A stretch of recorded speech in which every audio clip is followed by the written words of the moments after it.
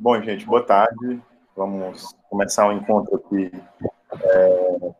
com o professor Ivan, né? Então, eu já agradeço por ter aceitado participar desse convite do grupo Mídia e Biopolítica. A gente está agora com um projeto de realizar algumas lives com professores e pesquisadores da área de comunicação Brasil afora, né? E, enfim, jogar aí nas redes essas discussões. Enfim, acho que é uma chance também da gente se desterritorializar mais aqui na universidade, poder estar divulgando o que a gente está pesquisando e também chamando outros colegas de outras instituições para conversar com a gente, né? Então, Ivan, eu queria deixar à vontade, aí você podia falar aí talvez uma meia hora, mais ou menos, mas pode ficar à vontade se achar mais tempo. Eu já tenho algumas questões para colocar, e aí depois a gente começa uma conversa aqui com todos vocês, né? Então, queria agradecer também a presença de todos. Estou vendo aqui o professor Anderson, meu amigo. Estou vendo também a Ravena, bolsista do programa, do Mídia e Biopolítica. Paulo Júnior também participa do grupo. E uma série de outros alunos. Então, é um prazer ter vocês aqui, gente. Então, vamos começar logo. Ivan, fica aí à vontade. Eu estipulei meia hora, mas se quiser ser menos, se quiser ser mais, eu sei que fica à vontade. Valeu. Boa tarde a todas e todos, novamente. Eu agradeço demais o convite, né, e saudar também um grupo de estudos em mídia e biopolítica. O Celestino, ele sempre fala, né, que a gente tem que reforçar os nossos laços de pesquisa, né, e como grupos de estudo, grupos de pesquisa na UFCA. Então, eu acho muito relevante. Eu ainda não tenho um grupo de estudo, acaba que eu estou em alguns grupos que eu me vinculei ainda na minha chegada aqui na UFCA. Eu estou no CPJ, né, do Paulo Cajazeira, né, não tenho uma atuação tão na dianteira ali, que o próprio Paulo toca muita coisa no grupo do CPJ. Eu coordeno o Observatório Cariri, que é outra praia, né? Não é a minha praia, inclusive. Eu fui levado para a Procult logo que eu cheguei na UFCA, por um convite meio enviesado. Mas eu acho que está na hora, né? E o Celestino sempre fala isso, da gente reforçar os nossos laços e criar os grupos de pesquisa. Então, eu já saúdo o grupo de estudos, mídia e biopolítica, e aqui na figura do Celestino e da Ravena, que foi também minha bolsista, uma excelente bolsista, né? Por um ano ficamos no PIBIC, e que está ajudando demais aqui na realização desse evento hoje, e os demais, todos e todas que eu conheço bem estão aí, vendo até legal também ver aqui o Marcos e a Vitória, que são alunos do primeiro semestre, né, saudá-los aqui também e que participem desses eventos, né, na universidade, que são muito ricos. E quero destacar aqui também a Gabriela. O Celestino já fez um spoiler aí, a Gabriela está terminando um TCC, a temática tem tudo a ver com a temática, né, que a gente vai discutir hoje aqui, muito, principalmente a questão das plataformas, dos algoritmos, né, dessa questão da plataformização. Então, Gabriela, eu falei com ela, quando eu mandei para ela, falou assim, vou lá, vou participar e tudo, ela está num estágio final de escrita de TCC, o TCC dela deve ser defendido dia 8 de dezembro, o Celestino foi convidado para a banca, o professor Diógenes também já aceitaram. Acho que vai ser um ótimo debate, né, Gabriela? Então, depois também, se você quiser dar uma palavrinha também, fique à vontade, porque o evento ele é aberto a isso, né? Eu tenho certeza que o Celestino não vai se opor à sua participação aqui também, tá? Quando o Celestino, a gente estava conversando, né, sobre uma temática, pensando nesse evento aqui, vieram algumas ideias à minha cabeça e eu queria tratar de coisas que me interessam hoje, né? Eu sou um professor de jornalismo digital, de comunicação digital, né? E tenho uma atuação profissional como jornalista e tudo, e gosto de debater esses temas. E aí eu pensei, né, colocar um pezinho também em alguns tópicos que são caros, eu tenho certeza, ao grupo de pesquisa e ao professor Celestino, Aí eu comecei com a palavrinha democracia, que eu acho que é onde eu não sei se eu consigo, de fato, né, tratar de uma forma tão aprofundada, porque eu não sou um pesquisador do campo, né, da comunicação política, democracia, se passou, né, por algum trabalho que eu já fiz, foi muito en passant mesmo, foi alguma coisa muito, né, assim, incipiente, mas eu denominei, né, quando eu sugeri para o Celestino, a democracia entre plataformas e dados digitais, o falso dilema da neutralidade, né? E a gente trocando alguns e-mails, a gente lembrou, né, e estava conversando sobre esse livrinho aqui, que é o Big Tech, do Evgeny Morozov, né?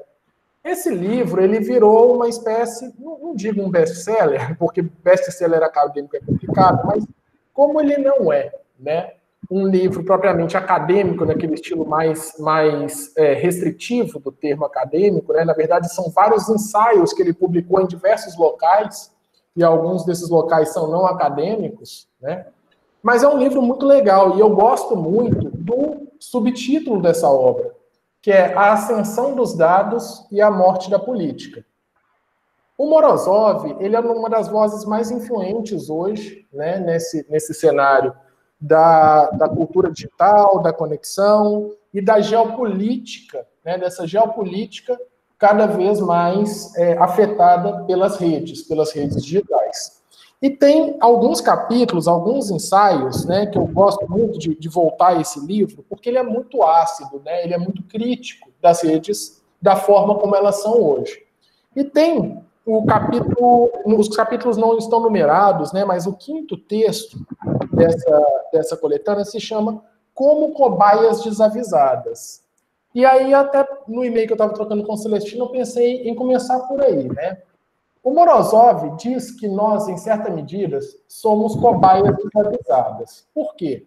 Porque nós entramos, né, nessas plataformas, e essas plataformas fazem uma série de coisas, uma série de operações que nós não sabemos muito bem, né? O que é feito, o que de nós, né, está nessas plataformas, quais tipos de dados eles cruzam, né, essas plataformas cruzam, né, e os resultados disso.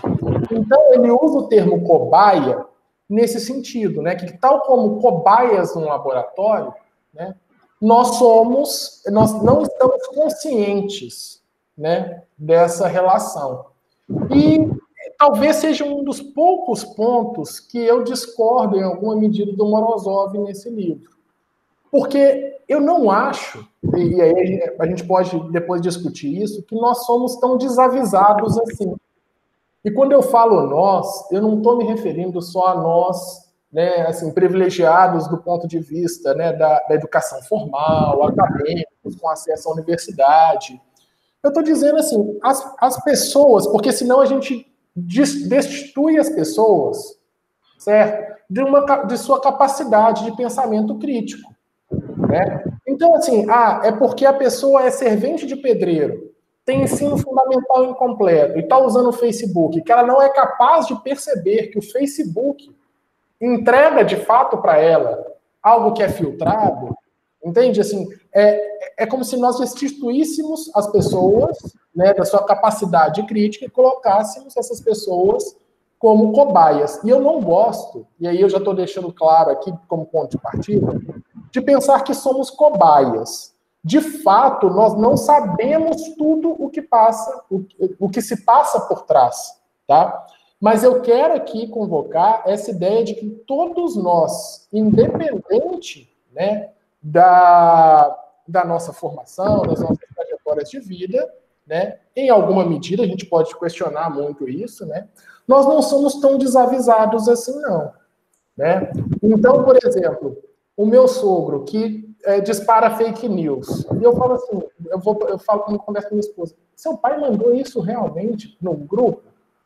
Ele não é desavisado, entende? Em alguma medida, ele é mal intencionado, entende? Porque senão a gente começa a passar a mão na cabeça das pessoas. E eu não acho que quando a gente fala de plataformas, e daqui a pouco eu vou entrar um pouquinho mais nessa questão, as pessoas são tão desavisadas assim, ou tão inconscientes assim. Tá? Então esse é um primeiro ponto que eu queria tratar com vocês. Para começar, O que nos une aqui? Eu estou vendo aqui pelo Google Meet, olha a plataforma e os metadados aí, né? O Google Meet me informa que tem 13 pessoas presentes aqui, né? Então, algumas pessoas eu estou aqui no formato mosaico, eu vejo ali o Anderson, vejo a Gabriela, vejo o Paulo, o Celestino, os demais eu vejo o ícone. Alguns colocam fotos, outros é só a inicial do nome de cadastro, né? Mas o que nos une aqui? Estamos todos logados. Então, tudo começa com um login, né? Então, o reino, né, esse universo das plataformas, ele começa com um login. Se você não faz login, você é um outsider, você é um desconectado do ponto de vista das plataformas, né? Então, toda essa discussão que a gente teve e está travando até agora na universidade, na UFCA, né? As aulas devem ser pelo Google Classroom, pelo Google Sala de Aula. Ora, não há qualquer tipo de neutralidade nisso, né? E tem várias vozes críticas na UFCA. O que a gente está entregando para o Google? Né? E aqui, como eu já mencionei uma delas, né? Vamos a elas, né? Essas Big Five, como elas são chamadas, né? Essas 5 grandes empresas que, de certa forma, dominam o universo digital hoje, o universo das plataformas. Vamos nomeá-las aqui.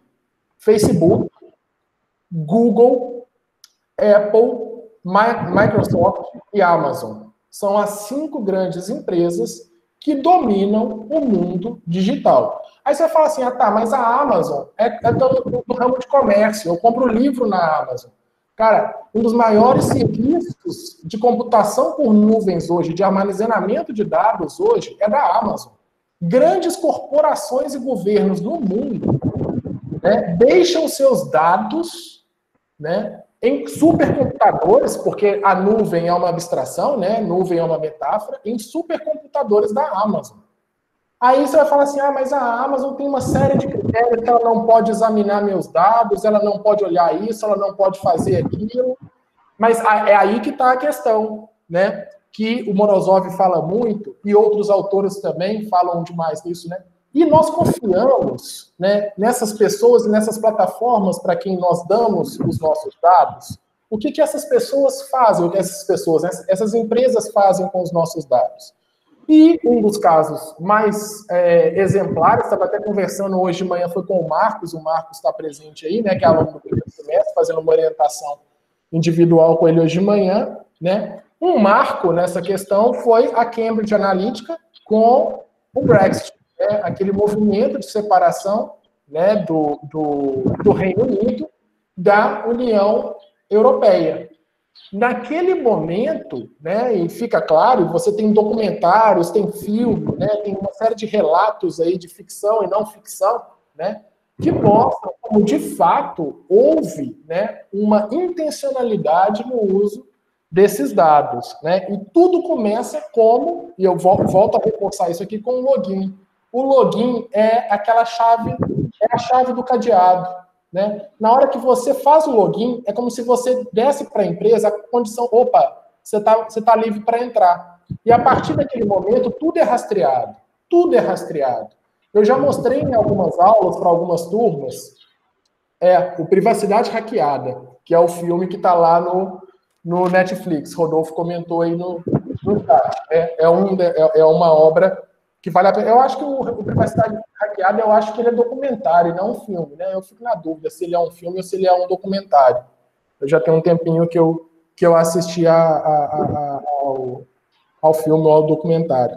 Mas eu já mostrei algumas vezes, é documentário. Isso. Eu já mostrei algumas vezes em sala de aula para os alunos e eles ficam assustados às vezes. O que os professores têm acesso, né, da movimentação dos alunos via SIGA. É porque agora a gente não está usando o SIGA, o Google Classroom não deixa eu fazer isso não. Mas o SIGA me mostra quantas vezes o aluno fez login, que textos ele baixou, quantas vezes ele baixou, quem entrou para ver nota, porque aí eu vejo um aluno, por exemplo, que só vê nota, só entra no SIGA para ver se o professor lançou nota, ou frequência, desculpa, estou falando nota não, frequência. Então, eu vejo vários logins de aluno que só entra no SIGA, não baixa um texto. Só quer saber se o professor lançou frequência, se deu falta. Ora, eu uso esse exemplo em sala de aula justamente para mostrar para os alunos. Nessa hora, essa coisa é o falso dilema da neutralidade, né?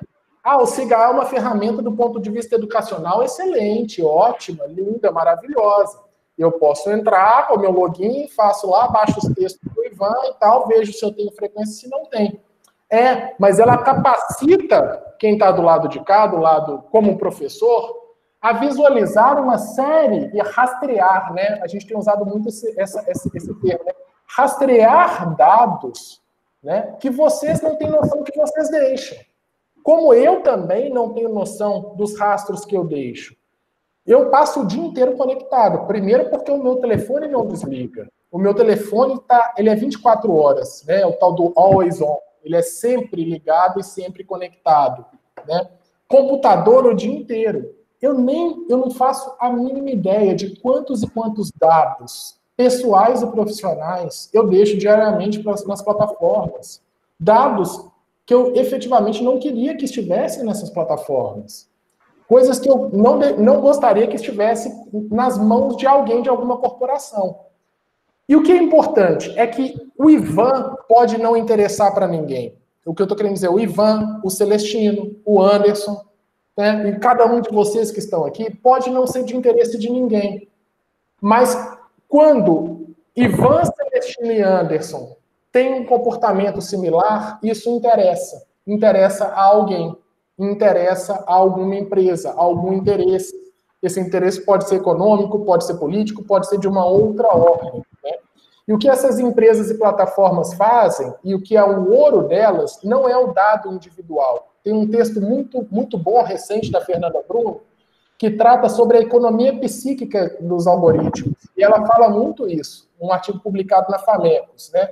O que interessa não são os dados do ponto de vista individuais, são as conexões, aquilo que nós fazemos, né, em conjunto e as nossas relações, né? Então, assim, do ponto de vista político, né, e do ponto de vista social, essas empresas, elas se vendem pelo prisma da neutralidade. E, ao mesmo tempo que elas se vendem pelo prisma da neutralidade, elas crescem. Eu gosto sempre de fazer uma analogia, né, com um pool empresarial, comercial, que é o seguinte: se vocês compram azeite galo, sabão de pó e passam shampoo Dove, vocês estão dando dinheiro para a mesma empresa. Não importa se é o azeite, se é o shampoo ou se é o sabão em pó, porque é tudo da Unilever. Entende? A Unilever é uma entidade, é uma mega corporação que compra marcas. Compra marcas, tudo é dela. Se vocês um dia pegarem e abrirem assim, o que é a Unilever? Marcas da Unilever. Tá lá, pequenininho no rótulo daquilo que a gente compra, mas é da Unilever. O dono daquilo, né, ou os donos disso, né, são capitalistas no sentido mais forte do termo. Capitalistas que querem o acúmulo e controle, acúmulo e controle, acúmulo e controle. E fazendo uma analogia com essas empresas do setor digital, o que elas querem? Se não, acúmulo e controle, acúmulo e controle. O que o Google fez ao perceber que não daria conta de desenvolver sua própria plataforma de vídeos? Comprou o YouTube. Né? O que o Facebook fez ao ver o sucesso do Instagram? Comprou o Instagram. Né? Então, essas empresas, em certa medida, elas vão virando essas megacorporações cada vez maiores, maiores, maiores. E o que elas tentam vender para a gente? Né? Uma ideia de que os dados são neutros. O que elas fazem é para o nosso bem. Certo? Assim, olha, use o meu produto, afinal ele vai resolver a sua vida, que é alguma coisa que o Morozov também fala muito, né? Que, peraí, é uma falsa solução, é um problema que ninguém tinha, aí de repente vira, olha, solucionou, Airbnb, eu posso alugar uma casa em qualquer lugar no mundo, né? Uber, opa, eu posso pedir um carro onde eu estiver. Do ponto de vista, né, social, parece uma coisa linda, maravilhosa, mas por trás disso, né, existe uma série de efeitos colaterais que a gente só percebe depois, e muitas vezes quando é tarde demais, né, quando a coisa já extrapolou, né, um caminho. E aí, pegando aqui já um gancho, falando um pouco do TCC da Gabriela, o TCC da Gabriela está falando sobre um canal que é o My News, que é um canal de notícias criado só no YouTube e para o YouTube. Né? E esse canal tem um selo de jornalístico. Né? Só que o canal My News, ele só existe dentro desse ambiente YouTube, com login no Google, né? E está restrito, né, a tudo aquilo que o Google e o YouTube deixam ou não deixam esse canal fazer. E aí, né, Anderson, a gente muitas vezes conversa dessa transformação, né, da imprensa e essa migração para o digital. Muitas vezes o problema é que fica parecendo que tudo isso, né, que aconteceu é simplesmente uma multiplicação de intermediários. Ah, não, agora tem um intermediário aqui, né? Então entre o jornalista e o consumidor tem um intermediário que pode ser uma plataforma, o YouTube, o Google, o Facebook, mas tem interesses por trás desses intermediários. E tudo que eles não querem é que a gente os veja como agentes de interesse, né? Então, isso é uma coisa também importante da gente tratar aqui, né? Deixa eu ver aqui uma outra coisa que eu coloquei aqui para a gente discutir, né? Afinal, existem dados brutos? Dados neutros? Não, nenhum dado é bruto. Essa coisa de dado bruto. O que é um dado bruto? Se o dado já é um recorte da realidade, né? Então, existem alguns pesquisadores da área da ciência da informação que até arrepiam quando fala de dados brutos, como uma espécie assim, não, é algo não tratado. Mas o próprio dado em si, ele já contém informação, sim. Né? É claro que quando você cruza um dado com outro dado, né, você consegue extrair dali conhecimento. E esse conhecimento pode ser para o bem, pode ser para o mal, ou pode não ter nem posicionamento. Né? Mas alguma coisa pode. Então, não existe, desse ponto de vista, dados brutos. Existem dados, porque quem coleta os dados já coleta com algum fim. Né? Não existe neutralidade em questionário. Todo mundo aqui já respondeu um questionário? O questionário tem poder, já é um instrumento de poder, porque alguém decidiu quais perguntas vão ser feitas e como essas perguntas vão ser feitas. Por exemplo, se eu fosse fazer uma pesquisa aqui em Juazeiro do Norte, né? Ah, nas próximas eleições presidenciais, você votaria num candidato do PT? Existe alguma neutralidade nessa minha pergunta? Eu não estou falando se ela é de direita ou de esquerda, essa pergunta. Ela é uma pergunta que já induz a uma série de questões. Nas próximas eleições presidenciais, você votaria no PT. Na hora que a pessoa responde um sim ou não, esse dado, sim ou não é neutro, não é dado bruto nenhum. Entende? Ele já é um dado com significado, né? E com finalidade, tá?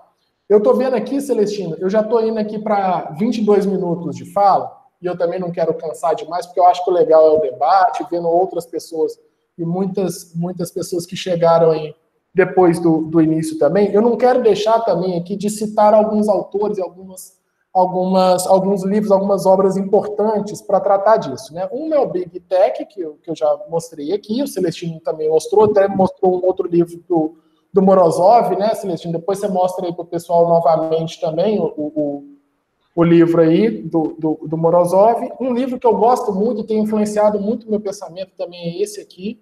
Está dando para vocês verem o título? Se chama Redes, Liberdades e Controle.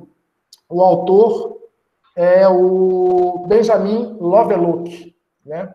É bem legal esse livro, porque o subtítulo dele é uma genealogia política da internet, né? E é um livro legal, que eu gosto muito dele, porque ele parte de um contexto histórico. Ele vai lá no início da ARPANET, né, do sistema de defesa norte-americano, vai na cibernética, que é muito importante. Eu acho a cibernética, nas teorias da comunicação, né, tão contemporânea e tão atual, quando a gente lê os textos, né, principalmente da cibernética da primeira geração, né, eu acho que são textos muito atuais. Então é um livro bem legal para quem quer entrar nisso, né.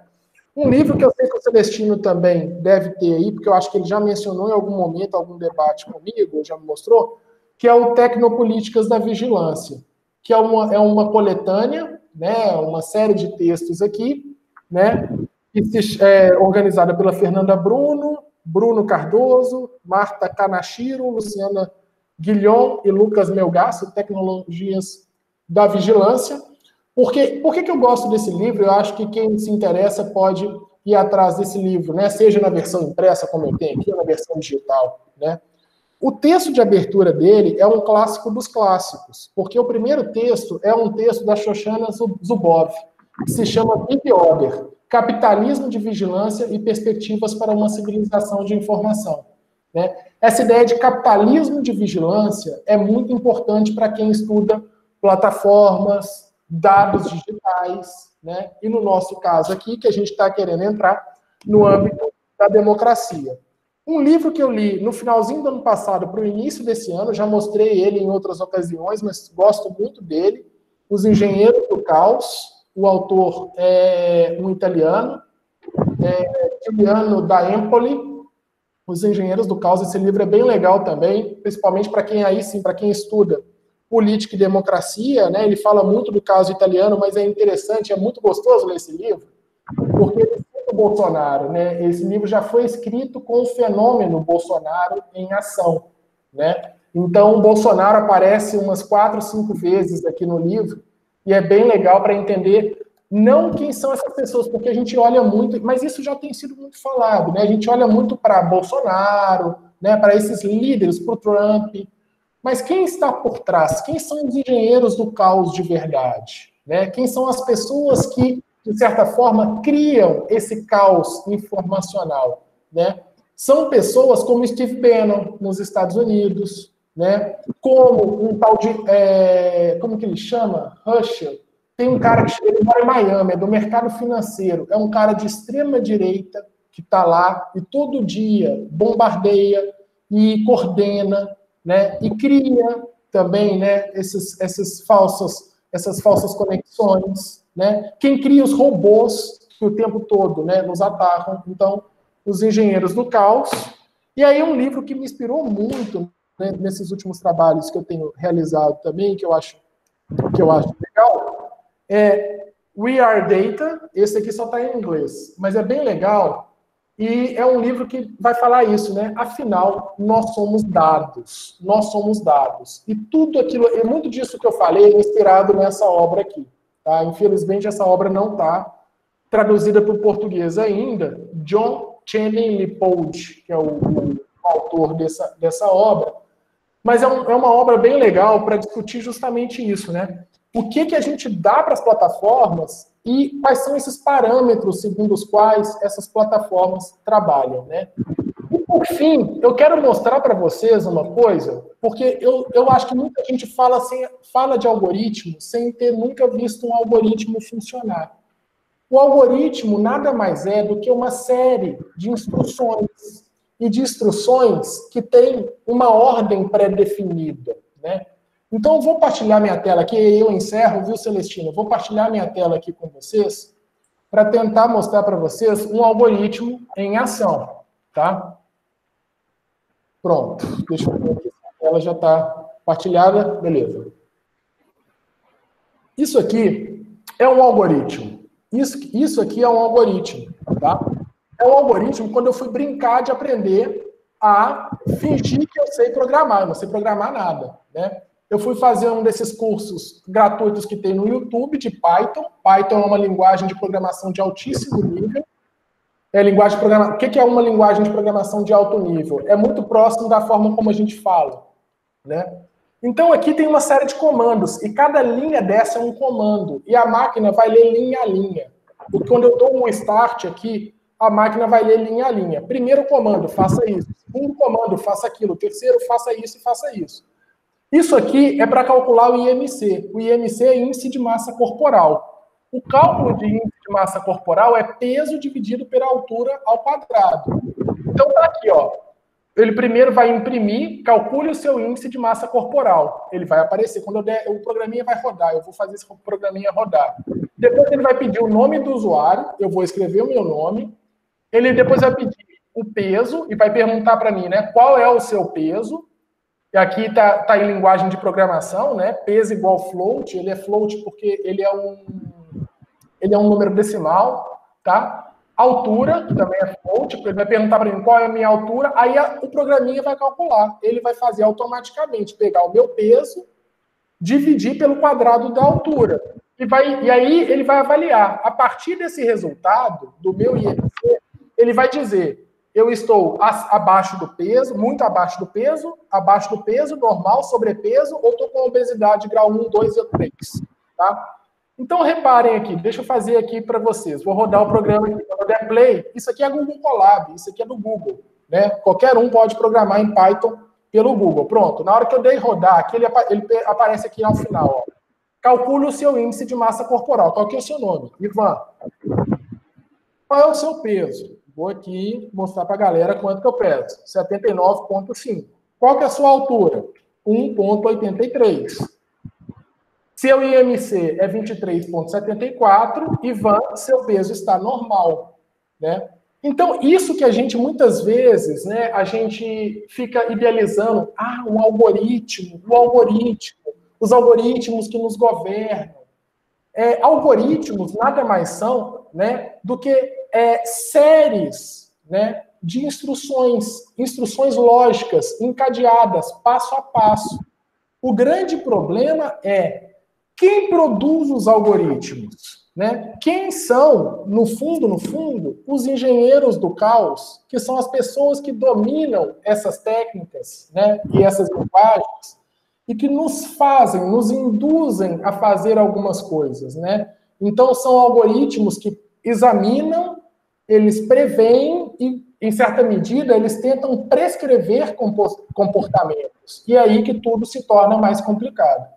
E por aqui eu encerro a minha fala e a bola está com vocês, Celestino, para como for melhor. Cravei nos 30 minutos de fala aqui, desculpa se eu cansei alguém aí, pessoal.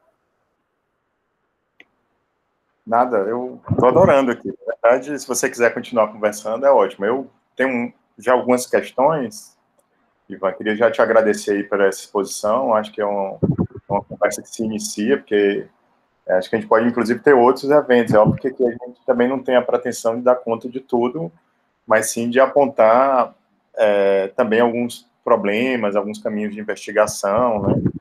Enfim, eu vou fazer algumas questões e os alunos, quem está presente, pode ir fazendo também, pode se inscrever ou depois escrever a pergunta aí, como achar melhor, né?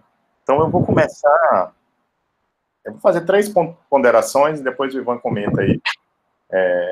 O que ele quiser comentar, e se ele não quiser comentar nada, tudo bem também, né? Tenho lembrado do tempo que eu morei na Itália, porque na Itália a gente não faz pergunta ao professor, é engraçado, né?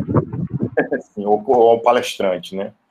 A gente faz uma ponderação e o professor que está na mesa palestrando, ele comenta se ele quiser ou não, a professora. Aqui no Brasil é um pouco estranho, a gente pergunta, né? Às vezes a pessoa nem está na vibe do que você está falando, né? Assim, e se vê obrigado a ter que comentar ou rebater o que a pessoa perguntou, né? Enfim. Bom, mas eu vou fazer aqui 3 ponderações para tentar construir um diálogo, né? Com as falas do Ivan, né? Primeiro, que falando do livro do Morozov, né, o que me chamou a atenção desse livro, né, porque eu acho que o livro também ganhou uma enorme repercussão na área, tem tido um sucesso também de leitura, porque ele se alinha a um conjunto de textos que começa a ter uma visão mais crítica, digamos assim, ou não diria que eu queria chamar a atenção para vocês. O livro do Morozov, ele não é distópico, ele não está defendendo uma tecnofobia, digamos assim, né? Mas ele é crítico em relação a essa relação dos dados com a política. E é engraçado mesmo o título do livro, e eu tinha percebido ao longo do texto, que ele fala a ascensão dos dados e a morte da política, mas ele não fala da morte da democracia. Tá? Assim, ele não entra nesse mérito de defender uma morte da democracia. E aí, quando ele fala de morte da política, para mim, às vezes, ele está falando da morte de um modo de fazer política, ou de uma forma de fazer política, que se reconfigura a partir do advento dos dados, ou do protagonismo dos dados. E não necessariamente entendeu? Está se levando a uma morte da democracia, ou mesmo, digamos assim, a instauração de um regime autoritário. Inclusive, ele não usa essa palavra, ele não usa a palavra autoritarismo no texto. Tá? E o que me chamou a atenção do texto é que ele é um leitor do Agamben, que é um autor da biopolítica. Tá? Ele é leitor do Agamben, e aí, breve parêntese, gente. Eu que sou o pior dos professores para a BNT, eu detesto ficar preso aí à BNT, mas o livro do Morozov, ele não bota a bibliografia, ele não bota a referência. A gente fica boiando onde é que o Agamben disse isso, sabe? Assim, não, ele diz, não, o Agamben, no texto de 2013, ele disse isso. Aonde o Agamben disse isso? Sabe? Ele vai e cita autores e você fica boiando no texto, porque não tem referência no texto, sabe? Assim, então, eu faria essa crítica ao editor. Precisava ter uma outra edição que referenciasse melhor os autores que ele está citando aqui, né? Acho que foi isso, foi uma coletânea de textos que ele foi publicando em jornal, não é um texto acadêmico, mas podia ter tido uma leitura mais acadêmica para ir atrás de onde estão essas referências, né? Mas existe um capítulo, que é o capítulo A Ascensão dos Dados e a Morte da Política, que é esse capítulo, ele vai falar do Agamben, né? E aí é interessante, porque para o Foucault, né, a leitura do poder, a partir de um determinado momento da obra de Foucault, que é o momento da biopolítica, interessava a ele mais do que estudar os conceitos do poder, mas sim as artes de governar. E isso ele gasta energia na sua obra dos anos 70 e dos anos 80.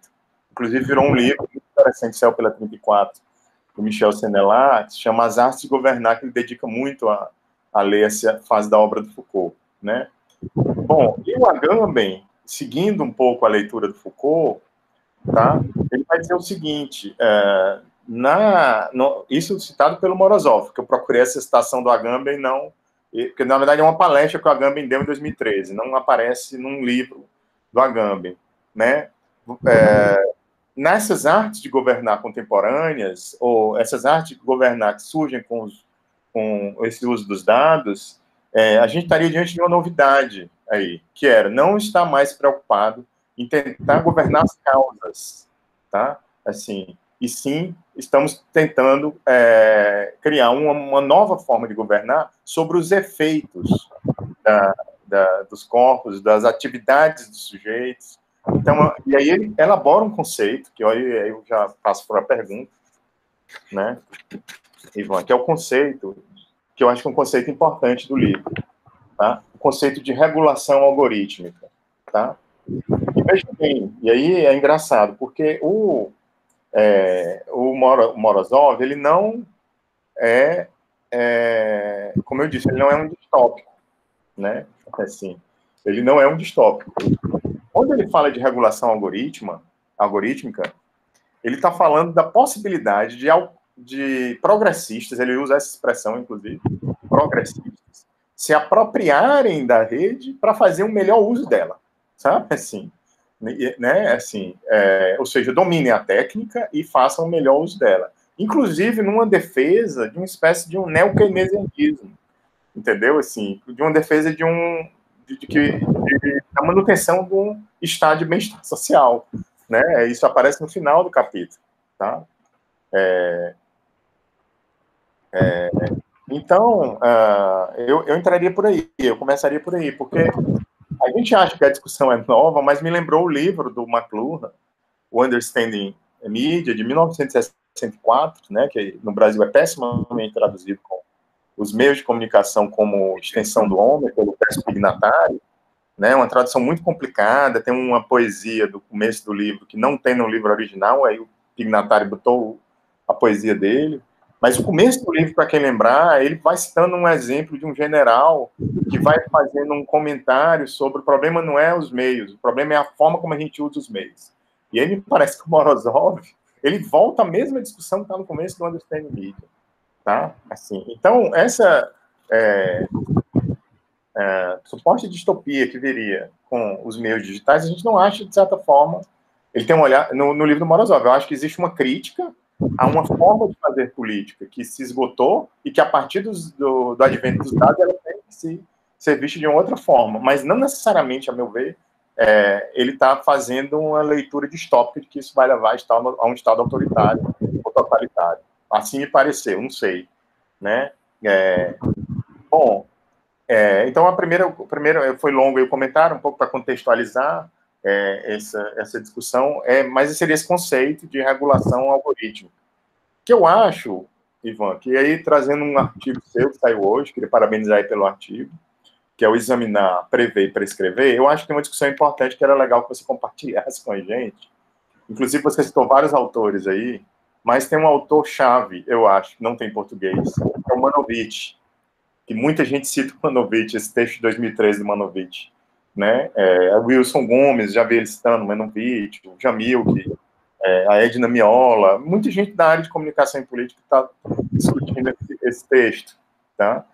Que é aquele momento, que é trazer para uma discussão que tem no teu artigo, se você pudesse compartilhar com a gente o artigo, e algumas impressões que a mim me passaram, que é aquele momento do prever para prescrever, digamos assim, que o artigo traz como considerações finais, né, que é aquele momento em que os estudos de dados, né, os estudos sobre os meios digitais estão ainda muito focados sobre as consequências, ou, para usar a expressão aqui do Agamben, que aparece no manual, dos efeitos, e parece que vai ter um momento agora de a gente ir em cima das prescrições, né, assim, vai ter a capacidade de realmente influenciar, não sei, né, ou de realmente,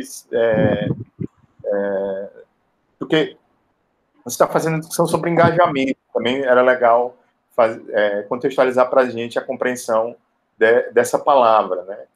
Enfim, em francês ela tem tem significados diferentes do nosso, né? Assim, e não sei como é na língua britânica, mas em português engajamento talvez seja um pouco diferente como é na língua francesa. Eu queria que você talvez dialogasse com a gente um pouco sobre isso. E por fim, aí é uma pergunta mais de provocação, mas não é uma pergunta vinculada a texto.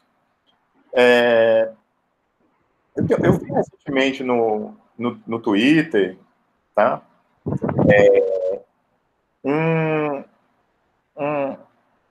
Eu vi muita gente apostando o seguinte: a sua afinidade partidária a partir de uma pesquisa na Folha de São Paulo, era uma espécie de... Você preenchia um questionário, você falou de questionário hoje, isso era legal a gente conversar sobre isso, então... E aí você dizia, você é 85% PCdoB, 79% PSOL, 60 e tantos por cento PMDB, né? E aí eu achei curioso, e muita gente aderiu aí, muita gente aderindo mesmo a responder essa pesquisa. Acho que até o Paulo Rossi, que está presente, foi um dos que eu vi que respondeu a isso, né? E assim, eu acho complicado assim, o questionário, porque tem uma dimensão da política, que é o afeto, isso foi um tema em Adorno, foi um tema em Benjamin, que ele é implodido aí, quando você consegue matematizar a política, né? O que está em jogo, no fundo, é isso. Eu tenho a possibilidade de eu resumir a política em alguns pontos, né? E pontos... Aí o Paulo Rossetti fez, né? E, enfim, eu não sei se tem alguma reflexão já sobre isso, o que é que está em jogo aí, né? Mas acho que isso é exemplar de como a coisa funciona, talvez, né?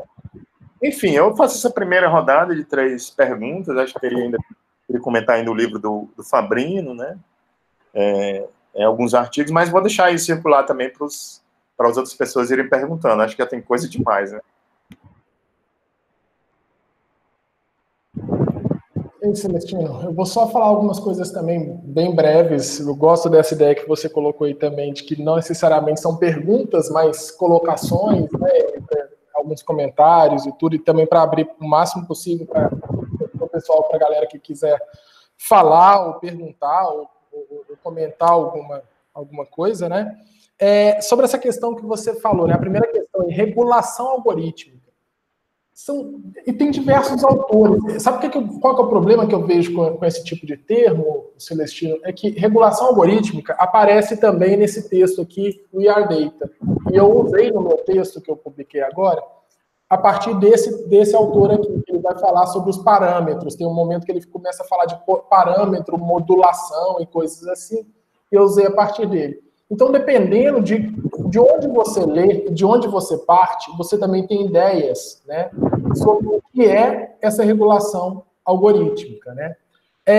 Me parece, Celestino, que sobre essa questão o problema é menos o algoritmo, de novo, né, que a gente fantasia muito, por isso que eu quis mostrar aqui para vocês um algoritmo bobo, mas como eles funcionam, como eles são, né, de fato, que eles são instruções encadeadas e ponto final, como receita de bolo, né? Faça um bolo, pegue isso, tal quantidade daquilo, misture, bate tanto, né? Leve ao forno e coma, seja feliz, né? O algoritmo, de certa forma, ele é isso.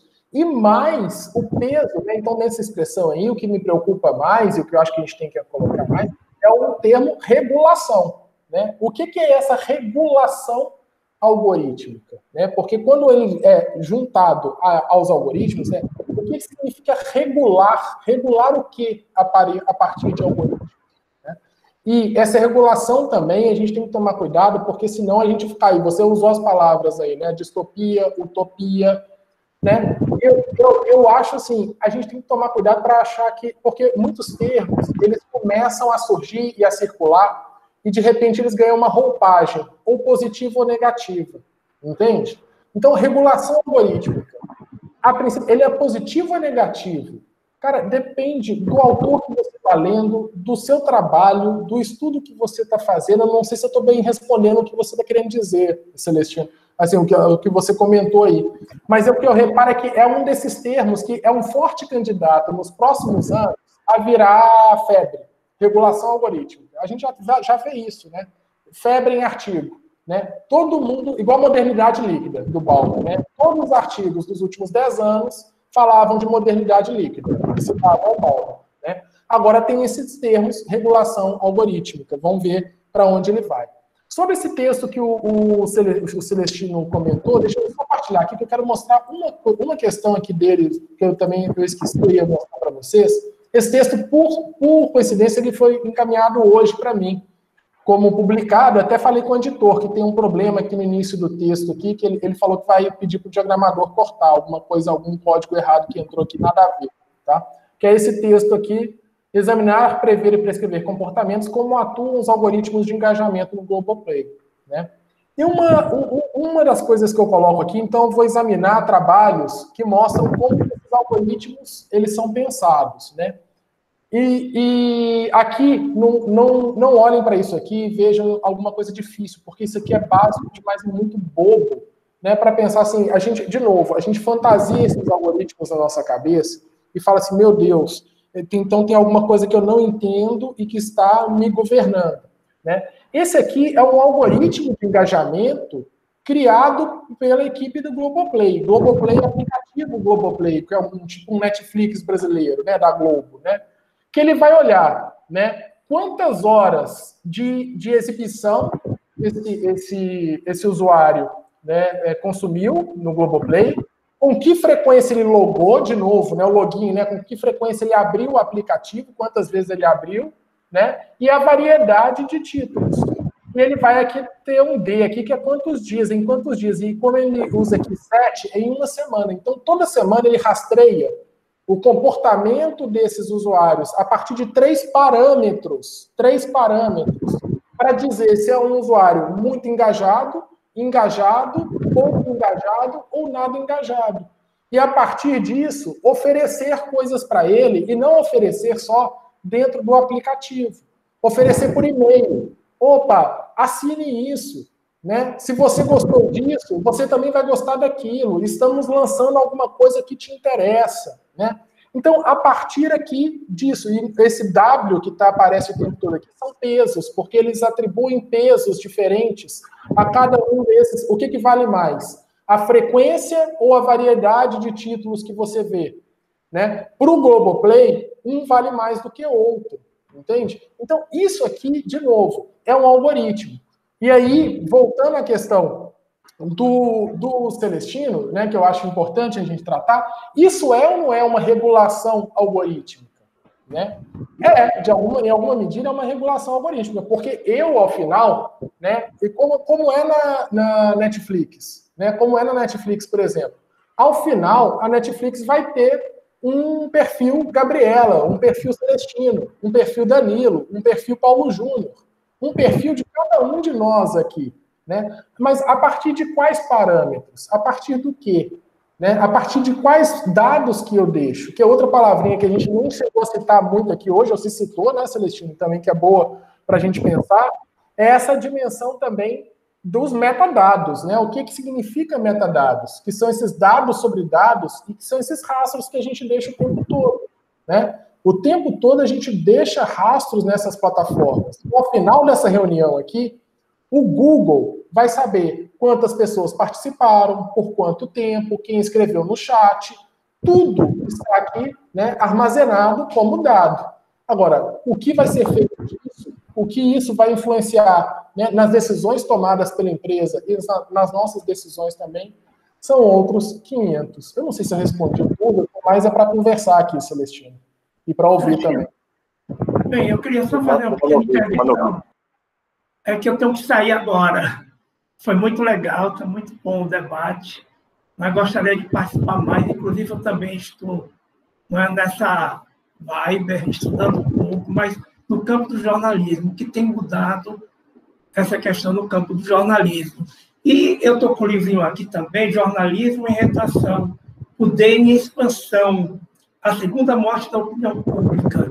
Então, parte justamente dessas redes, desse debate que vocês estão fazendo e como está afetando o setor jornalismo. Agora, Celestino, bem rápido, um livro que eu achei genial, Os Engenheiros do Caos eu li, é Como as Democracias Morrem. Ele traça um paralelo de como se colocou estruturas ditatoriais no passado nos Estados Unidos e em alguns países da América Latina e agora com as redes sociais. Como elas estão intervindo realmente na democracia. Não é um livro também, vamos dizer, acadêmico, mas é um livro que tem todo um contexto. Não é? Agora tem muita especulação, muito bate-cabeça, principalmente nesses autores que eu estou vendo que vão direto, estudar direto a nossa profissão. Uma coisa que eu aprendi, que todos eles que eu li, uns 8 ou 10 livros, porque eu não tenho aqui, eles nunca esquecem o passado. O DNA sempre está no passado. As conexões sempre foram feitas num passado distante, na criação da internet, a Conect, nas segundas guerras, para depois esse poder, não é, imenso. E eu gostei da palavra controlar do capitalismo. Eles querem controlar e acumular. Na FENAGE tem um debate muito bom de como essas grandes Facebook, Amazon, podem, inclusive, financiar o jornalismo, que eles tiram muito de nós e não dão nada. Não é? Mas obrigado, vou para a aula. E, professor Ivan, parabéns, Celestino. E qualquer coisa me convide, que eu estou vendo tudo. Tchau, meus alunos. Até logo. Valeu, Anderson. Obrigadão. Obrigado. Valeu, Anderson. Mas é só porque eu esqueci, o Celestino até falou do Manovitch no final, né? Ao final. O texto é esse texto aqui, que pelo menos é o que eu cito no trabalho, né? Que é um texto que eu gosto muito, usei ele muito já também na minha tese, principalmente, eu usei muito ele, que chama Software Takes Command, né? Que é o software assume o controle, assume o comando, né? O Manovitch, ele é um cara bem legal. Deixa eu ver aqui o texto aqui, o nome dele é esse aqui, Lev Manovitch. Ele é um clássico dos clássicos, né? Para quem estuda comunicação digital, jornalismo digital, mas também, reparem, ele é um pouco a quem torce o nariz para o Manovitch, porque o Manovitch não é um acadêmico no sentido clássico, né? Ele tem um pé na academia e um pé nas artes, ele é um artista visual, é o Manovitch, ele é um artista digital, digamos assim, né? E justamente por ter um pezinho nas artes, é que ele nos ajuda muito, e que eu gosto muito dos trabalhos dele. Ele tem um livro clássico, para quem estuda digital, que se chama The Language of New Media, A Linguagem da Nova Mídia, de 2001, né? E esse livro aqui foi um livro que eu acompanhei, porque ele começou numa versão beta desse livro em 2008. E ele publicava esse livro e deixava circular, e fazia novos comentários, e publicava, e em 2013 ele lançou a versão final desse livro. E esse livro, ele fala muito sobre software. Ele fala assim, olha, é uma sociedade regulada por software. E ele usa, os exemplos que ele usa, o estudo que ele faz, é muito em cima, deixa eu ver se tem alguma imagem aqui para mostrar para vocês. Em cima de Photoshop. Ele vai para o Photoshop para dizer, acho que aqui em algum momento aqui tem alguma imagem, aqui ó. Algumas imagens que ele mostra no livro, que ele vai falar o seguinte, que muita gente, mais ou menos um pouco nessa versão que o Anderson colocou aí, né? Que a nova mídia é sempre uma remediação de mídias anteriores. E o Manovich, ele questiona muito isso, né? Que eu tenho até um livro do Bolter e Grusin que chama Remediation, eu acho que o nome do livro é alguma coisa assim, né? Mas ele vai falar assim, não, a nova mídia é de fato nova, permite você fazer coisas, existem filtros no Photoshop que não tem nem analogia com a fotografia da forma como a gente concebe, né? A fotografia clássica. Existem filtros ali que são efeitos digitais feitos por algoritmos que não tem nada a ver com aquilo que a gente conhecia. Então, ele é um defensor, né, o Manovich, de que a nova mídia é nova, de fato. E ele é muito criticado por isso. É um autor que eu gosto muito, já sigo ele há muitos anos e trabalho. E um outro texto que eu cito nesse arquivo, né, nesse artigo especificamente, é um texto super recente, 2018, 2019, né, que ele vai falar justamente sobre o que ele chama de Media Analytics. Né, não tem muita tradução para o português, é difícil traduzir, né, porque não é a análise, é justamente as métricas. Né, é que o tempo todo, né, o que a mídia faz hoje é computar dados. A mídia hoje é uma grande computação de dados, é o que ele questiona nesse texto mais recente dele. Mas eu falo assim, quem vai enveredar aí para estudos do campo do digital, o Software Takes Command, de 2013, é um livro essencial. Infelizmente, eu acho que ele ainda, vou falar infelizmente, mas ainda com algum receio, porque ele estava para ser traduzido, tinha um grupo de São Paulo trabalhando na tradução desse livro, eu não sei se ele já foi traduzido. O software assume o controle ou o comando. Respondido, Celestina? Sim. Bom, alguém quer botar mais alguma questão? Eu posso seguir mais algumas questões aqui. Eu queria falar de vai lá, Gabi. 2 acontecimentos que eu vi pelo Twitter, que foi a questão de quando você publica uma foto no Twitter, né? Você faz um tweet e publica uma foto.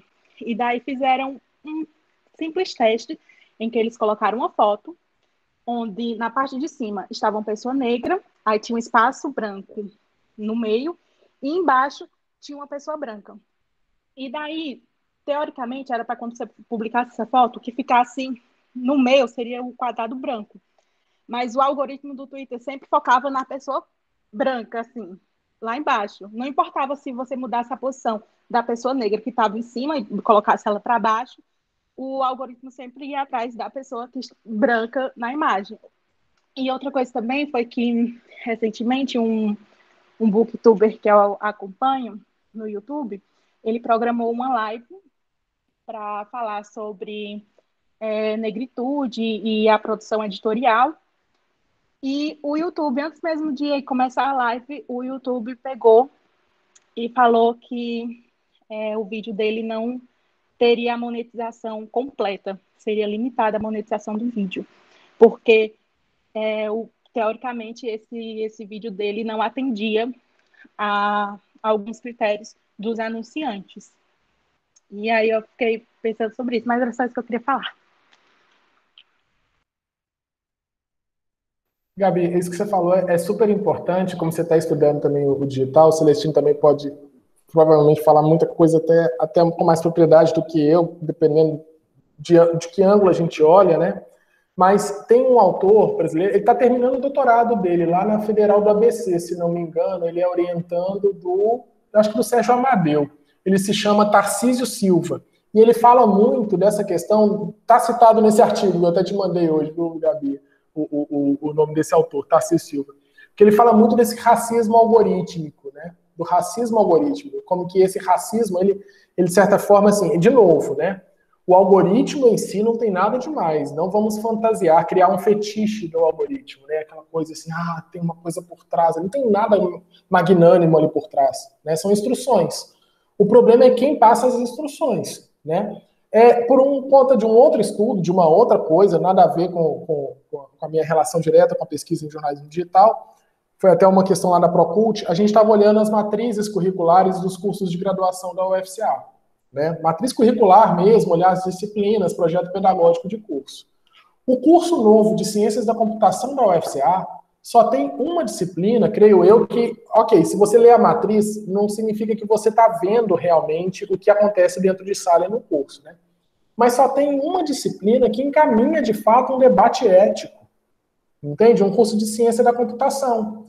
Porque o que talvez seja a grande questão hoje, por exemplo, o Manovich é uma figura que tenta fazer isso, mas tem outras, né, figuras que tentam fazer, que é unir a computação a debates filosóficos, e não é uma filosofia rasa, não é uma filosofia de botequim, entende? Essa questão das humanidades digitais, né? Porque o que você está falando e o que você está relatando são casos de racismo algorítmico. Só que o algoritmo em si, né, ele não é o culpado, vamos culpar o algoritmo, né? Não, vamos olhar para quem escreveu os algoritmos, ou para como esse algoritmo está lendo o que as pessoas entregam, né? Porque eu dei um exemplo para vocês aqui, quando eu mostrei aqui o algoritmo do IMC, um algoritmo padrão, né? Porque quando você entra em inteligência artificial, aí a coisa modifica, né? Porque o algoritmo, ele não é estático, ele entre aspas, aprende com o comportamento dos dados, né? E aí a coisa se complexifica de fato, né? Eu nem entro muito nesse terreno, porque aí, como eu falo, eu sei o que é algoritmo, sei, esse tipo de algoritmo aqui. Quando fala de inteligência artificial, machine learning, outras coisas, aí já cai, mas é um debate importantíssimo, Gabi. Bom, eu queria fazer alguns comentários, se alguém não tiver mais comentário a fazer, né? Primeiro eu queria me corrigir aqui em relação a um ponto que eu falei do Morozov, tá? Mas no último capítulo do Morozov ele vai falar sim de democracia, um capítulo que ele vai falar de fake news, tá? Mas justamente esse é um ponto que eu acho que merecia a gente conversar um pouco, mas bem brevemente, porque eu acho que tem muito debate sobre isso já, e está na hora da gente ter o olhar crítico sobre os debates que se faz sobre fake news. Acho que já se acumulou tanto debate sobre fake news, que a gente faz tipo uma espécie de meta-debate sobre fake news a partir do que já se discutiu sobre, né? E aí eu lembro, o livro do Fabrino, ele foi lançado em 2016. O livro chama Democracia Digital, pela editora da FMG. 2016 foi o ano do impeachment da Dilma, foi o ano da votação da PEC 95, enfim. O livro não fala de fake news em 2016, que também foi o ano do Trump, né? Da eleição do Trump, em que surgiu esse tema na agenda acadêmica, política, enfim. Como surgiu também um outro conceito, que foi o conceito de pós-verdade, né? Assim, e aí, como é difícil estudar os meios digitais. Porque a coisa que eu menos ouvi na segunda-feira, tá? Foi esses dois conceitos, fake news e pós-verdade. Só ouvi comemorações à ida do Boulos para o segundo turno, eleição de uma série de candidatos trans pelo Brasil, inclusive Belo Horizonte. Você olhar lá, o Estado de Minas deu um espaço grande, a Duda Salabé. E ninguém falou mais de fake news e pós-verdade, né? E esse livro que o Anderson citou, que é o livro do Steven Levitsky, que fez muito sucesso, é um livro que foi lançado na esteira do trumpismo, digamos assim, pós-Trump, pós-eleição do Trump, e pós-eleição de alguns nomes de direita pela Europa, tá? Trazendo essa hipótese, digamos assim, de que chegou um momento da política contemporânea, do neoliberalismo atual, que ele perde o compromisso com aquilo que ele fundou, que seria um modelo de democracia liberal. Chega um momento que o neoliberalismo não dá mais conta das contradições do capitalismo, ele passa a abandonar a agenda de democracia para assumir logo uma agenda autoritária. Mas aí o Biden ganha, né? Assim, né? O Biden ganha e o livro, como é que fica agora? Está valendo, o jogo está valendo o conceito de pós-verdade, de fake news e de Estado autoritário, ou a coisa agora vai mudar, né? É por isso que é difícil se discutir mídias digitais, porque é muito em cima daquilo que está acontecendo. Repito, o livro do Fabrino, ele não consegue, organizado, né? Não é um livro dele, né? É um livro organizado por ele, pela Rosley Maia, pelo pessoal lá de Minas, não consegue antecipar debates que aconteceram naquele ano, fake news, pós-verdade, Estado autoritário, né? Assim, inclusive o título do livro é Democracia Digital, não é autoritarismo digital, totalitarismo digital, né? E aí vem toda essa agenda de debate sobre as distopias, digamos assim, dos meios digitais, inclusive o Morozov, no último capítulo, ele dedica-se a falar de fake news. E eu fico me perguntando se esse debate vai ter fôlego ou não. Assim, eu não arriscaria nada nesse sentido, de fazer uma previsão sobre isso ou não. Eu arriscaria, talvez, uma pesquisa interessante era fazer uma espécie de metadados, assim, sobre quanto já se discutiu, que enquadramento foi dado a esse tema, né? Assim, e, particularmente no Brasil, a vitória do Bolsonaro é explicada muito em cima desse fake news, do tema das fake news, né? Não sei, é um comentário, não sei se o Ivan quer comentar ou não sobre isso, né? Mas acho que essa foi uma temática que deu muita notoriedade, né? Que seria, chega um momento que os meios digitais, que nos primeiros textos, vamos pensar, nem são os primeiros, né? Mas textos aí do fim dos anos 90, Pierre Levy, novas formas de inteligência, né? Eram marcados por uma espécie de empolgação com os meios digitais, e depois, os anos 2015, a partir de 2010, começa a surgir uma quantidade de textos de visão mais negativa e crítica, né? E aí surgem essas teorias do fake news, do pós-verdade, né? Quase como se tivesse um movimento aí no campo que vai da empolgação, nem sei se a gente pode dizer isso, da empolgação para a crítica, ou para o ceticismo, né? Enfim. Bom, eu ia comentar rapidamente isso, né? Como é difícil de debater mídias digitais, eu acho, né? Inclusive, eu estava vendo a revista que você... periódico, né? A revista Fronteiras. Tem um texto anterior que é muito interessante, texto antes do teu, que é de uma pesquisadora lá, Federal Fluminense. Eu vi até um texto do Vinícius. Gente, a revista, Ivan pode até compartilhar aí o link, é a revista Fronteiras, da Unicinos.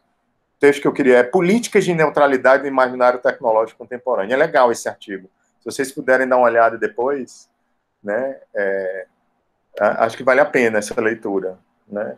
Não conheço, Simone Cunha é o nome da autora, né?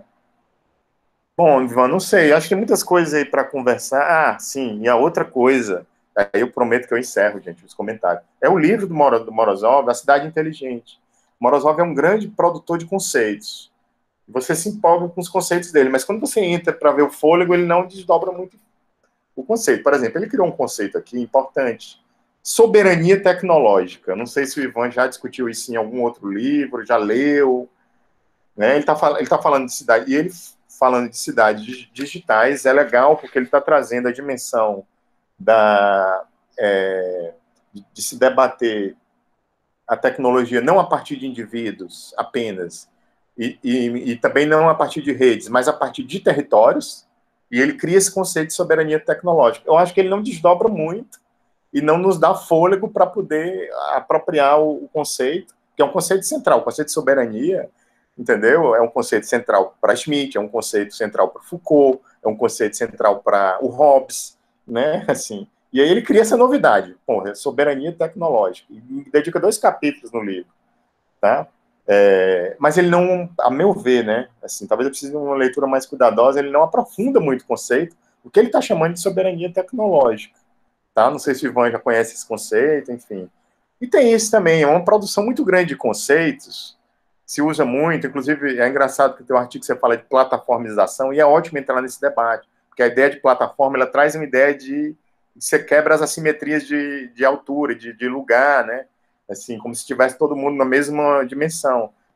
E é enganoso, a gente rapidamente pega o conceito e fica usando plataforma, mas é preciso problematizar, não sei, Ivan. Eu deixo à vontade para você comentar, isso também, se não quiser comentar mais nada, fazer algumas considerações finais aí.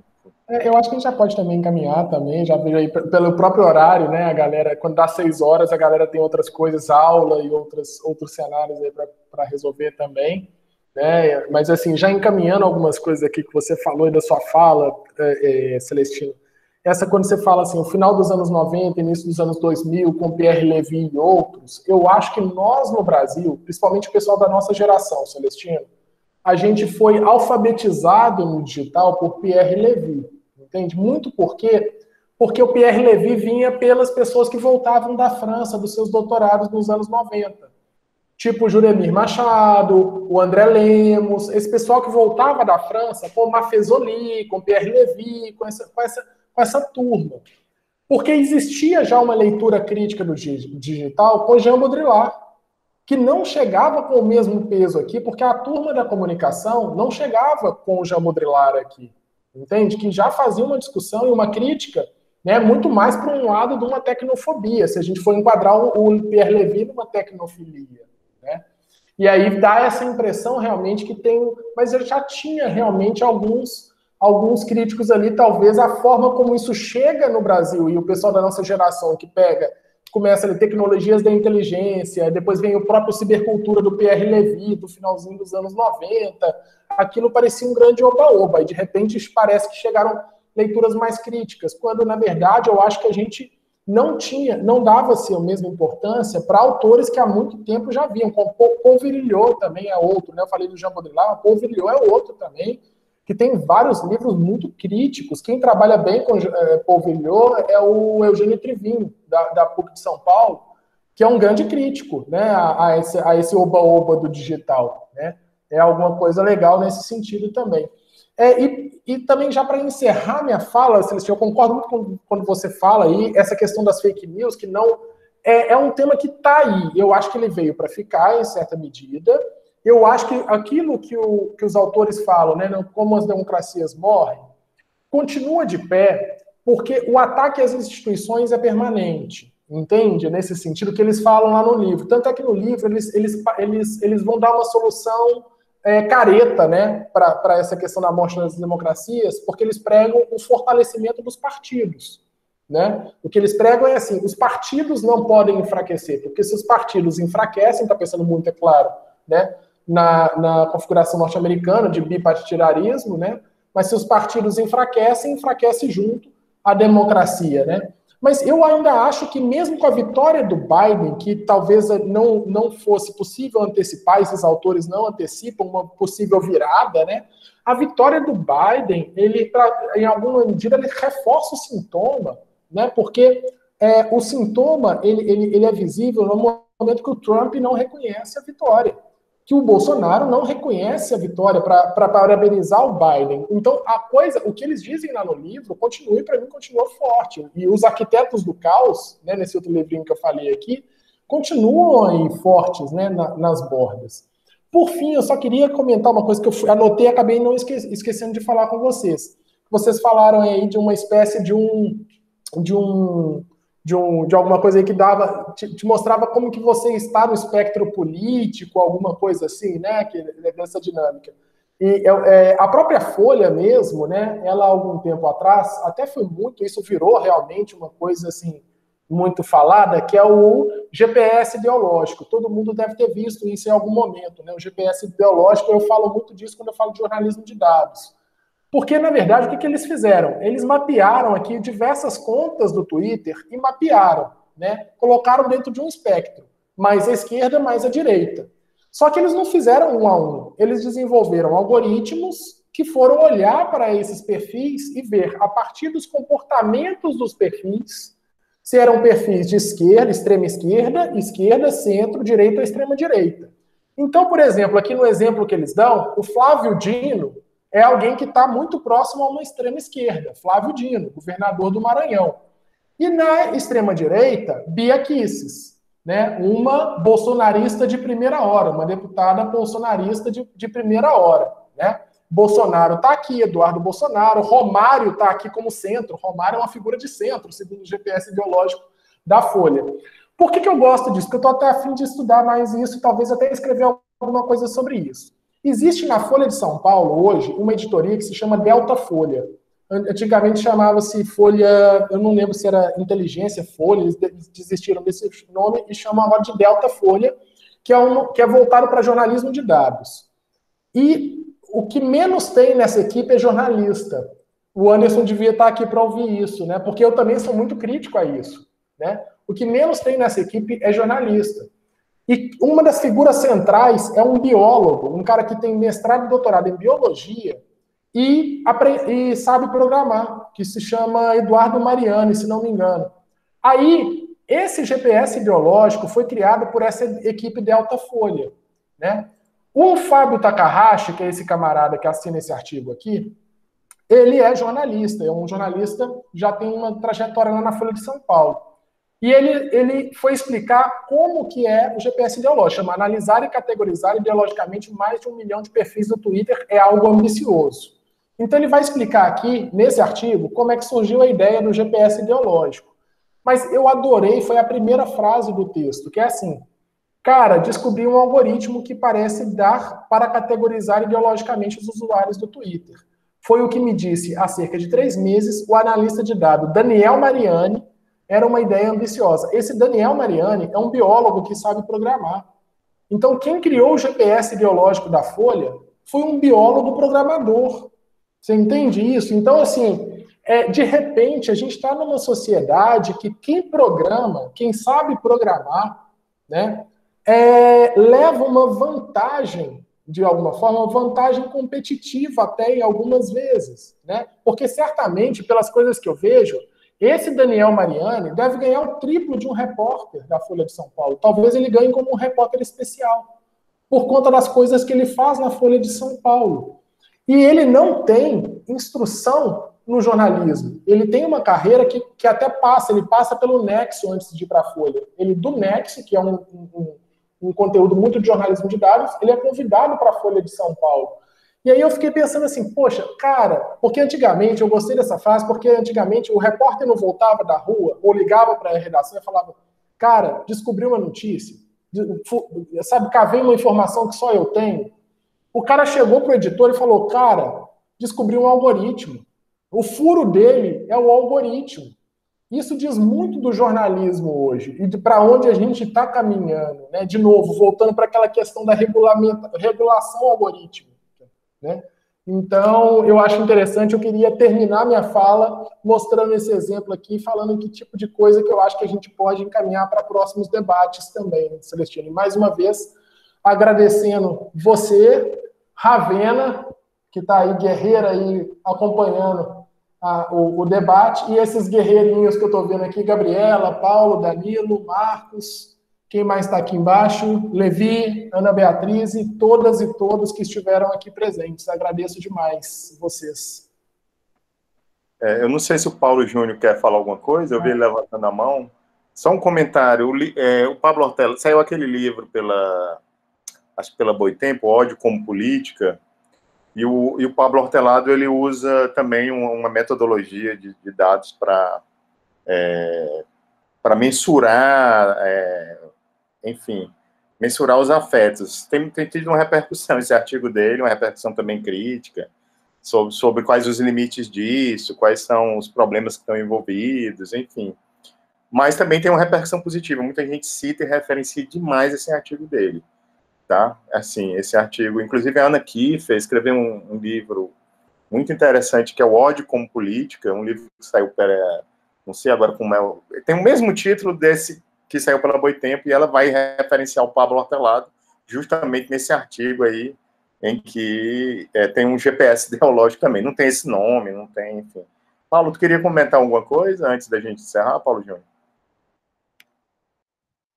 Na verdade, não sei nem se é um comentário, acho que é mais uma pergunta. Seu microfone está baixo, aumentei um pouquinho. Acho que é mais uma pergunta para o Ivan. Só um parênteses, esse livro é muito bom, o do Pablo Hortelado. Foi um dos melhores investimentos do ano passado que eu fiz. E o Big Tech também.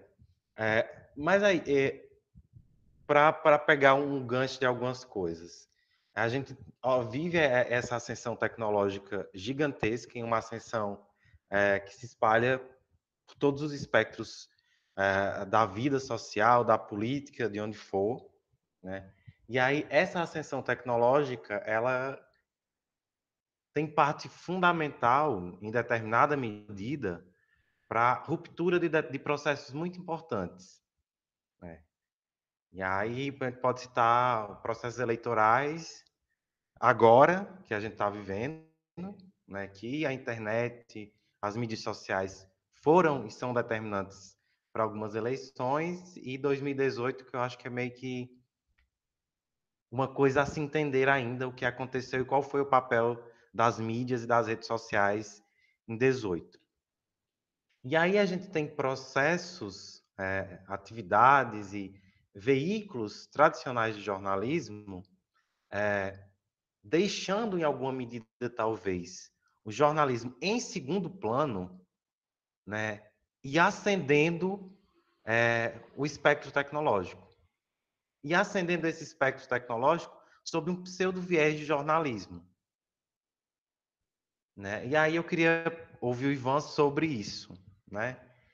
E também ponderar porque nesse aspecto de não neutralidade dos dados, porque os dados, eles não, como tudo na vida, não são neutros, né? Porque, enfim, a gente capitaneia os dados para analisar algo, e se você vai analisar algo, só isso já enviesa a sua mineração de dados, né? Mas esse ideal cada vez mais forte dentro do jornalismo, e até mesmo eu acho uma ideia perigosa e predatória de salvação do jornalismo, que seria o conhecido e já debatido jornalismo de dados, se esse jornalismo de dados, ele também não é parte, ou não é um ator dessa morte da democracia, dessa morte da política, e talvez até não seja esse jornalismo de dados também, essa parte o Anderson ia gostar, né? Não seria, o jornalismo de dados também não teria influência ou parte nessa morte do próprio jornalismo, né? E não seria uma via de mão dupla, ao passo que ele seria a salvação do jornalismo, a pedra salvatória do jornalismo, ele também pode ser a gota derradeira, né, para a morte do jornalismo, ou desse jornalismo que a gente conhece, ou que a gente acredita que seja um jornalismo profissional. Mas, enfim, era mais ou menos isso. Eu queria muito ouvir Ivan sobre isso. Ele está distante, né? Quase um ano aí distante. Paulo, eu acho assim, eu até tenho alguns convidados que o Anderson chama para o projeto dele, Jornalismo em Mutação, que eu gosto. A gente teve até uma discussão uma vez, eu não sei se foi, acho que foi com a Ivla, que é uma editora do Diário do Nordeste, que eu até perguntei para ela, né? Vocês procuram, quem é o perfil do jornalista que vocês procuram hoje, né? Que sai da universidade? É o especialista, o generalista? É aquele que sabe tudo de tecnologia? Ou é aquele que sabe, né, aquele com formação humanística? E ela não soube me responder, assim, não fiquei satisfeito com a resposta dela, porque como professor, eu gostaria de saber, é isso, né? Não só o que eu espero, ou num sentido eu na universidade sentado, né? Porque a gente demoniza o mercado de trabalho muitas vezes na universidade. Eu acho que a gente tem que demonizar o mercado de trabalho. E seria legal ouvir das pessoas que trabalham em redação, e aí, o que você espera do jornalista que a gente forma, né? Eu acho que é uma pergunta fundamental. e também para a sociedade, né? Que jornalistas são esses que a gente quer formar? E quando eu dou aula de jornalismo de dados, eu fico pensando assim, cara, teve um aluno uma vez que, quando ele falou, me magoou. Mas depois, no dia magoa, mas no dia seguinte você fala assim, cara, que comentário bacana, né? Porque eu estava dando aula de jornalismo de dados, jornalismo digital 2 e tudo. Não, ele estava em laboratório, não lembro se era laboratório digital, mas muito software, né? Muita coisa ali. E aí esse aluno, ele virou assim, professor, hoje é aula de informática? No laboratório. Hoje é aula de informática? Aí eu falei para ele assim, não, fulano. Hoje é aula de jornalismo de dados. Mas a pergunta dele fazia todo sentido, porque chega algum momento, isso que você está falando, que fica parecendo que a gente está ensinando informática. Que a gente está ensinando o cara a lidar com planilha e não a fazer jornalismo, entende? E realmente existe, né, essa preocupação. Eu e Diógenes, a gente várias vezes fica falando assim, planejando aula e falando, cara, será que a gente não está invadindo demais para um terreno que a gente está forçando a barra para um terreno tecnológico? Peraí, vamos voltar um pouco aqui. E aí, o legal de videoconferência é que eu posso compartilhar minha tela. Eu fico compartilhando minha tela o tempo todo em videoconferência. Depois eu paro, se vocês acharem ruim. Quero mostrar isso aqui para vocês. É uma matéria do dia 16/11, às 20 horas. Quem me mandou isso foi um aluno, que eu tenho muito contato com ele, que é o Robson Roque, que está fazendo mestrado na UFPB, né, na Federal da Paraíba. Edson Veriato, do PSOL, é eleito prefeito de Potengi. Foi uma matéria publicada no dia 16/11, então na madrugada, né, de domingo para segunda, às 8 minutos da madrugada, 00:08, né, de segunda-feira. E é um texto que você lê, fala, Edson Veriato foi eleito nesse domingo prefeito de Potengi para os próximos 4 anos, Ao final da apuração, ele teve tantos votos, foram para total. E aí vem uma materinha. Aí você lê essa materinha numa boa, certo? Aí, ao final, leiam isso aqui, por favor. Leiam comigo. Esta reportagem foi produzida de modo automático com o apoio de um sistema de inteligência artificial e foi revisada por um jornalista do G1 antes de ser publicada. Se houver novas informações relevantes, a reportagem pode ser atualizada. Saiba mais sobre o sistema de inteligência artificial do G1 em G1/eleições. Então, nessas eleições, o G1 usou, né, uma inteligência artificial, que na verdade aqui não tem nada de... É um algoritmo que vai lá, rastreia os dados do TSE e tem um texto pré-programado que só preenche as lacunas, né? Fulano de tal, só muda o nome aqui, de tal partido, foi eleito, aqui é tudo igual, prefeito de, aí muda aqui, ao final ele teve tantos %, que foram tantos votos. Tá vendo? E aí, ao final, teve um jornalista que revisou uma inteligência artificial, que revisou um algoritmo. Então, muitas daquelas... Você sabe aquela coisa do limiar? Isso é muito Black Mirror, né? Que o André Lemos até questiona, ele tem um livro que se chama Isso Não É Muito Black Mirror, né? Isso aqui, para mim, é muito Black Mirror, né? A gente, assim, será que algum dia uma inteligência artificial vai escrever um texto que eu não vou nem saber? Cara, se eu lesse esse texto aqui, sem essa informação, eu não saberia que isso foi produzido por inteligência artificial. Entende? Então, respondendo a sua pergunta, Paulo, eu não sei se respondendo, se abrindo uma nova pergunta aí também, eu não sei, né, nesse sentido, se nós estamos enveredando demais para o lado da tecnologia e esquecendo um bocado, né, lições caras ao jornalismo, né, ou conceitos caros ao jornalismo. Mas eu achei esse exemplo aqui sensacional. Eu vou dar muito esse exemplo em sala de aula, né? Uma matéria feita por uma inteligência artificial e revisada por um jornalista, né? Então, a nova função nossa hoje, eu tenho que ensinar nas minhas aulas de jornalismo digital a escrever algoritmo ou a ensinar as pessoas a revisar a inteligência artificial, o que a inteligência artificial escreve. Porque isso existe, entende? Então, a gente tem que tratar desse tipo de coisa também. É só mais um exemplo aí.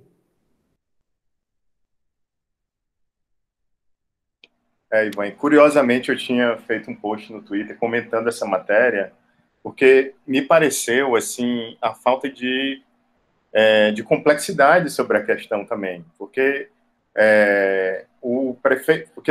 Por que isso virou notícia, né? Por que isso virou notícia? Porque o PSOL elegeu só 4 prefeitos no Brasil, e um foi numa cidade muito distante de tudo, das capitais, e de tudo que a gente imagina que está à vanguarda, que um partido como o PSOL vai ganhar. Por isso que virou notícia. Porém, quando você lê a matéria, você não sabe o que é Potengível, você não sabe quem é esse cara, sabe? Assim, você poderia ter complexificado mais a narrativa e não conseguiu, né? Assim, mas, enfim, de fato, é o começo, talvez, de um processo de uma questão que a gente tem que entender, que é a questão da inteligência artificial realmente assumir a narrativa. Acho que é um ótimo exemplo mesmo para desdobrar em pesquisas futuras, né? Bom, eu queria agradecer o Ivan, tá? Pelas indicações de bibliografia, que foram ótimas. Esse livro, Tecnologias Tecnopolíticas da Vigilância, tem um artigo ótimo, que é, na verdade, um artigo traduzido, que é o Governamentalidade Algorítmica. De novo, esse fetiche da algoritmização conceitual no campo, né? Mas ele juntou o conceito de governamentalidade, que é um conceito fundamental na obra do Foucault, tá? É um artigo do Antonote Rouvroi, né? Não pronunciar a pronúncia, enfim. Tá entre os artigos traduzidos que tem no livro, tá? Vale muito a pena. Eu compartilhei o link aí do livro para quem quiser baixar, né? Esse livro. E eu queria convidar vocês para a próxima semana um debate sobre os 40 anos da obra Mil Platôs do Deleuze. Tá? O livro é de 1980, né? E vai completar 40 anos. A gente tem que encerrar, gente, até porque vai ter um evento aí do Limbo. Muita gente talvez queira estar presente nesse evento. Não sei se o Paulo Júnior está na organização do evento, né? Está participando. Enfim, mas obrigado aí demais, Ivan. Acho que a gente vai seguir debates assim. Eu quero, inclusive, jogar na rede e chamar colegas de outras instituições. Depois a gente fazer debates com mais gente. Esse debate continua. Eu acho que cada vez mais eu estou convicto que a universidade não é um lugar só de trazer respostas, mas sim da gente saber formular as questões, né? Assim, de saber arriscar a formular as questões. São mais importantes do que trazer resultados. Às vezes os resultados são muito provisórios, a gente precisa de mais elementos. E aqui está muito mais para a gente enxergar problemas do que trazer resultados. Eu vou encerrando então a live. Um abraço aí a todas e todos. E aí a gente vai conversando aí nos nossos encontros. Valeu, gente. Até mais. Fazer log-off, hein, pessoal? Log-off. Saiam das plataformas. Tchau, tchau. Tchau, tchau, gente.